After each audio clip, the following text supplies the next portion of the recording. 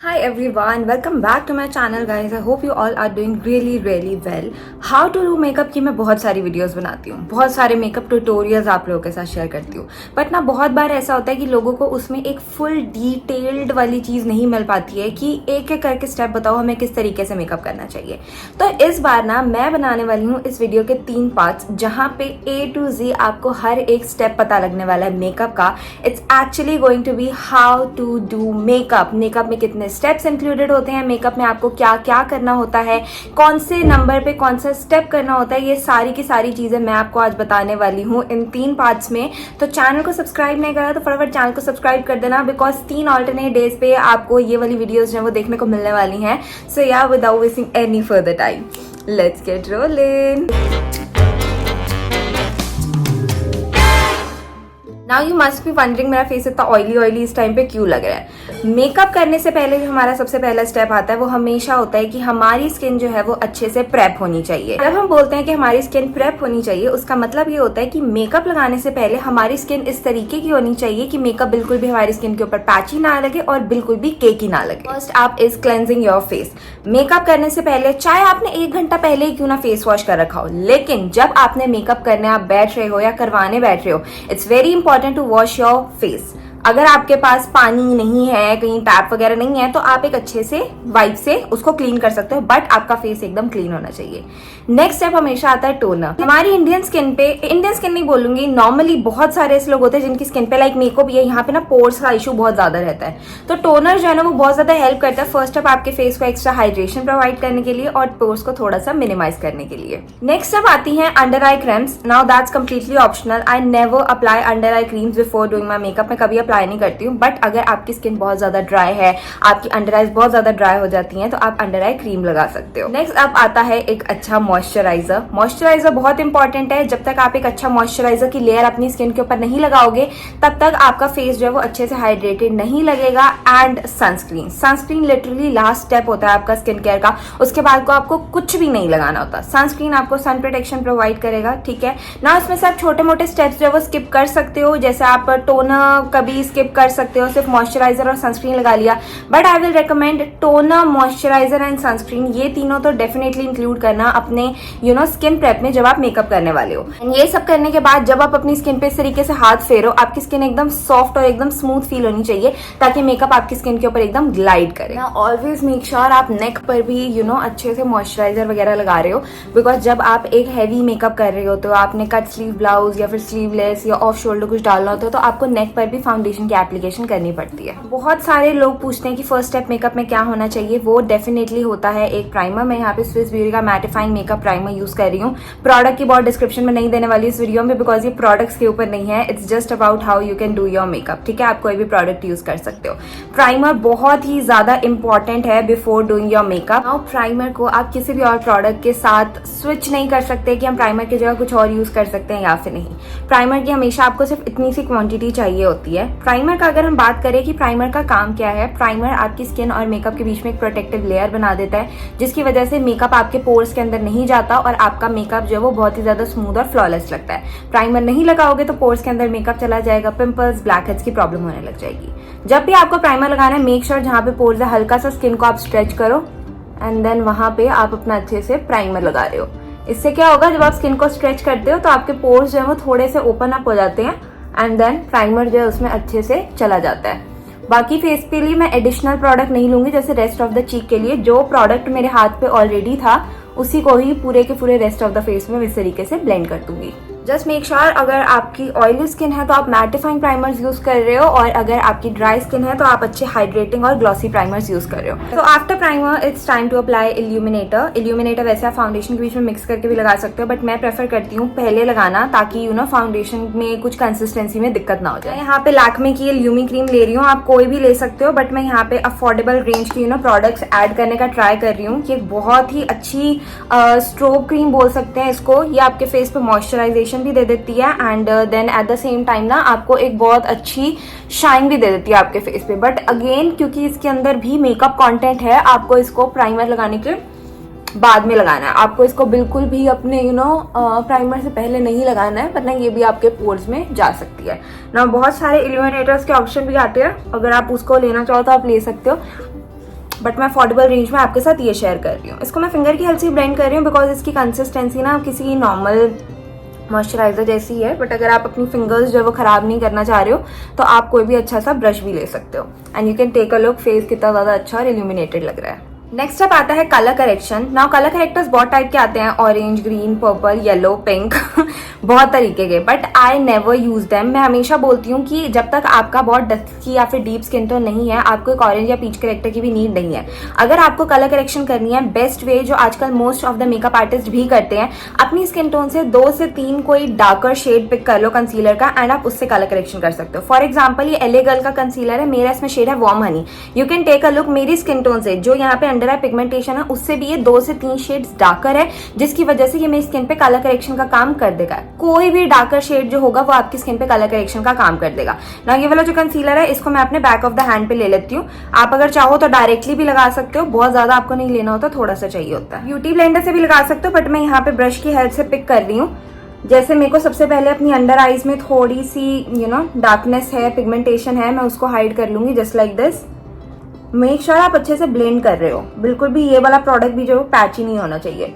अगर आप bridal makeup कर रहे हो तो जहां जहां पे भी आपको हल्की बहुत भी दिक्कत लिख रही है ना, वहां पे भी आप इसको एप्लीकेशन कर लो सो दैट आपका जो मेकअप बेस है वो एकदम फ्लॉलेस लगना चाहिए। अब जैसे मुझे जहां जहां पे लग रहा है मैं वहां पे एप्लीकेशन कर लूंगी। लेकिन टेक अ लुक, जहां जहां पे मुझे डार्कनेस थी मैंने अप्लाई कर ली। आईलिड्स पे लगाने की कोई लोड नहीं है बिकॉज वहां पे ऑलरेडी आप अपना इशारा करने वाली हो। तो कई लोग तो बिना कंसीलर से सेट किए भी ऐसे ही कर देते हैं बिकॉज हमें वैसे भी एक ब्राउन या फिर इस तरीके का क्रीज कलर चाहिए ही होता है। सो यहाँ पे हमारी कलर करेक्शन हो चुकी है, डन। अब जो नेक्स्ट स्टेप आता है वो होता है ऑब्वियसली फाउंडेशन। मैं यहाँ पे फॉरएवर 52 का फाउंडेशन यूज कर रही हूँ। मेरा इसमें शेड कस्टर्ड है बिकॉज एक बहुत ही अच्छा खासा पिगमेंटेशन और फुल कवरेज वाला फाउंडेशन है। मैं यहाँ पे सिर्फ 2 पंप ले रही हूँ बिकॉज इतना मोर देन इनफ हो जाता है। अगर आप वैसे थोड़ा सा और लेना चाहो तो ले सकते हो, क्योंकि फुल कवरेज है तो इतना I think more than enough हो जाता है। आप कोई भी अपना फाउंडेशन जो है वो पिक कर सकते हो। नाउ डायरेक्टली ब्लेंडर से ठप ठप ठप करने के बजाय either use a flat brush like this, उससे पूरे फेस पे अच्छे से एप्लीकेशन कर लो, या फिर फिंगर की हेल्प से अच्छे से उसको लाइट हैंडेडली ब्लेंड कर दो, वरना नीचे का ये मूव हो जाएगा जो हमने कलर करेक्शन करी है। उसके बाद ब्लेंडर से ब्लेंड करना स्टार्ट करो। अगर आप ब्रश से ज्यादा कंफर्टेबल हो तो ब्रश से कर लो, लेकिन मतलब जो कबूकी ब्रशेज होते हैं, बट मैं डायरेक्टली ब्लेंडर से करती हूँ बिकॉज ब्रश के कहीं ना कहीं स्ट्रोक्स रह जाते हैं, बट ब्लेंडर से वो अच्छे से स्मूदन आउट हो जाता है। तो जैसे मैं यहाँ पे ये लेने वाली हूँ, ब्रश लेने का एक रीजन ये भी होता है कि ना आप अपना प्रोडक्ट इवनली स्प्रेड आउट कर सकते हो, वरना कई बार ऐसा होता है फाउंडेशन चीक पर ज्यादा हो जाता है और दूसरे पे कम हो जाता है। फेस पे एप्लीकेशन हो गया, मैंने नेक पे ना ज्यादा नहीं करी है बिकॉज हम जस्ट शूटिंग का वीडियो, मुझे एक्चुअल में कहीं जाना नहीं है। मैं पिक करने वाली हूँ एक ब्लेंडर। मेक श्योर ये डैम्प होना चाहिए और इस तरीके से बड़ा और स्क्विशी लगना चाहिए। धीरे बिल्कुल, अगर आप जोर से ठप ठप करोगे ना ब्लेंडर के भी निशान आ सकते हैं। बहुत ही लाइट हैंडेडली, टाइम लगेगा, डोंट वरी। आप ये मत सोचो कि फटाफट बड़ी देर लग रही है, धीरे धीरे करोगे थोड़ा सा टाइम एक्स्ट्रा लग जाएगा, लेकिन आपका फाउंडेशन जो है वो अच्छे तरीके से ब्लेंड हो पाएगा और बिल्कुल भी कहीं से भी पैची या फिर केकी नहीं लगेगा। You can totally take a look, मैं कितना लाइट अपना हैंड जो है ना वो मूव कर रही हूँ अपने फेस के ऊपर, जस्ट लाइक मैं किसी बेबी को ट्रीट कर रही हूँ। You have to treat your face like a baby. तो आप देख सकते हो फाउंडेशन कितने अच्छे से ब्लेंड आउट हो गया और बेस जो है वो कितना ज्यादा अमेजिंग और कितना नाइस लग रहा है। नाउ नेक्स्ट स्टेप आती है कॉन्टोरिंग या फिर liquid blush.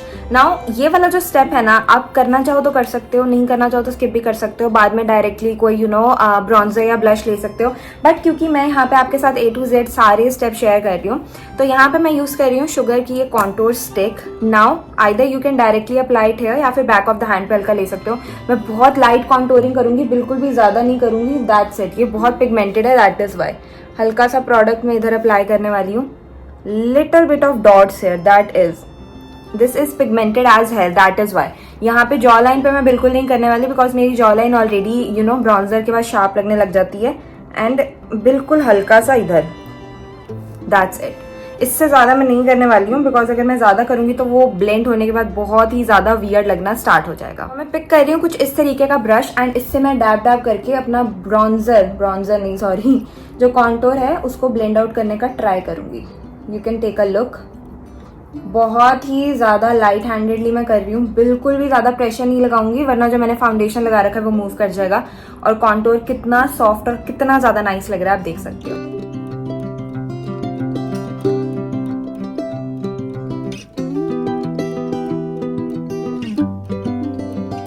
Done blending the contour, मैंने बहुत यहाँ पे हैवी कॉन्टूर नहीं किया बिकॉज मैं करना भी नहीं चाह रही थी। अब हम अप्लाई करेंगे अपना कंसीलर। मैंने यहाँ पे 2 कंसीलर लेने वाली हूँ, वैसे जरूरी नहीं है बट बिकॉज मैं A to Z सब कुछ शेयर कर रही हूँ किस तरीके से लोग कंप्लीट मेकअप करते हैं। एक हम कंसीलर यूज करते हैं अपनी पिगमेंटेशन को हाइड करने के लिए और बिल्कुल हम थोड़ा सा कंसीलर यूज करते हैं अपना हाईलाइटिंग करने के लिए।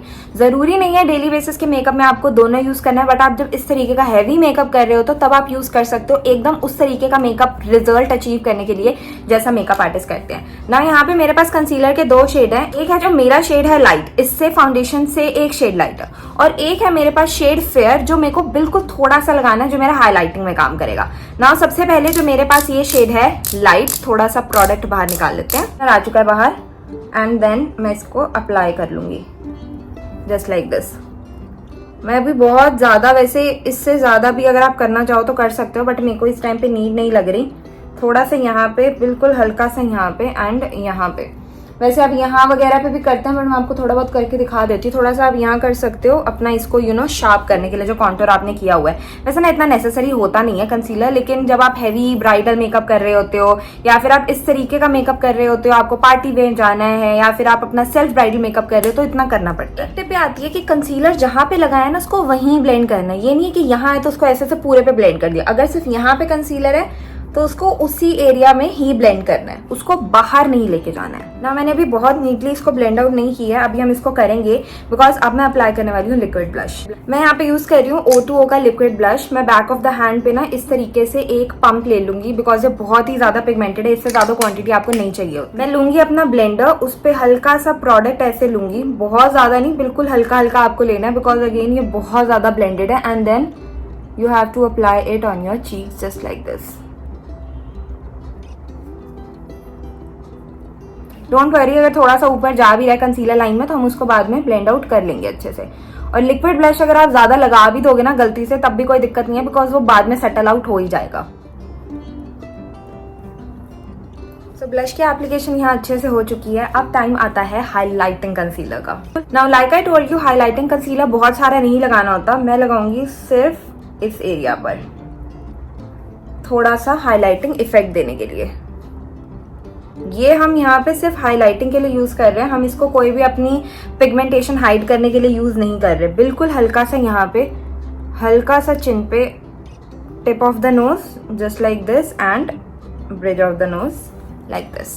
जहाँ पे कंसीलर है सिर्फ वहीं पे ब्लेंड करने, you can take a look किस तरीके से बीच में एक हाईलाइटिंग इफेक्ट आ जाता है। ये हो जाता है हमारा कंप्लीट बेस। किस तरीके से हम अपने बेस को रेडी करते हैं। नाउ इफ यू फील आपका ब्लश थोड़ा सा लाइट जा रहा है या डार्क जा रहा है, आप और इस तरीके से ब्लश की एप्लीकेशन कर सकते हो। ब्राउन्जर कम ज्यादा लग रहा है तो कर सकते हो। अगर आप चाहो तो आप यहाँ पे लिक्विड इल्यूमिनेटर भी ऐड कर सकते हो, लेकिन that is it for the base. इस तरीके से आप अपना क्रीम और लिक्विड प्रोडक्ट से बेस रेडी करते हो। या that is it for today's video. Next part देखने के लिए चैनल को फटाफट सब्सक्राइब कर दो बिकॉज नेक्स्ट पार्ट में मैं आपके साथ शेयर करने वाली हूँ किस तरीके से फेस को बेकिंग करनी होती है, ब्रॉन्जर, ब्लशर, हाईलाइटर की प्लेसमेंट किस तरीके से करते हैं एंड किस तरीके से आप अपनी ब्राउज को नाइसली फिल कर सकते हैं। एंड या that is it for today's video. I'm gonna meet tomorrow. Bye bye.